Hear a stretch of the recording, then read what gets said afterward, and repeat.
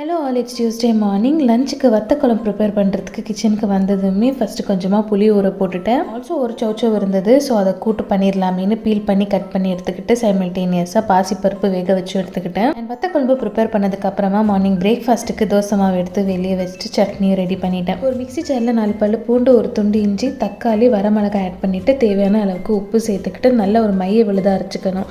இதை தோசை மாவில் சேர்த்து நல்லா கலந்துக்கிட்டேன். இன்னைக்கு டீடாக்ஸ் ட்ரிங்க்குக்கு கேரட் கொஞ்சம் அதிகமாக இருந்தது, ஸோ அதனால் கேரட், ஒரு நெல்லிக்காய், கொஞ்சமாக இஞ்சி போட்டு தான் ப்ரிப்பேர் பண்ணியிருந்தேன். டெய்லியுமே ஒரே மாதிரி ட்ரிங்க் குடித்தா கொஞ்சம் போரிங்காக இருக்குமே தான் கொஞ்சம் டிஃப்ரெண்ட் காம்பினேஷனில் ட்ரை பண்ணிட்டுருக்கேன். பட் இதுவுமே நல்லா தான் இருந்தது, கொஞ்சம் கசக்கும் அவ்வளோதான். ஸோ பிரேக்ஃபாஸ்ட்டுக்கு தோசையை ஊற்றிட்டேன். இந்த தோசை ஊற்றும் போது அதோட அரோமா அவ்வளோ டெம்டிங்காக இருக்கும்.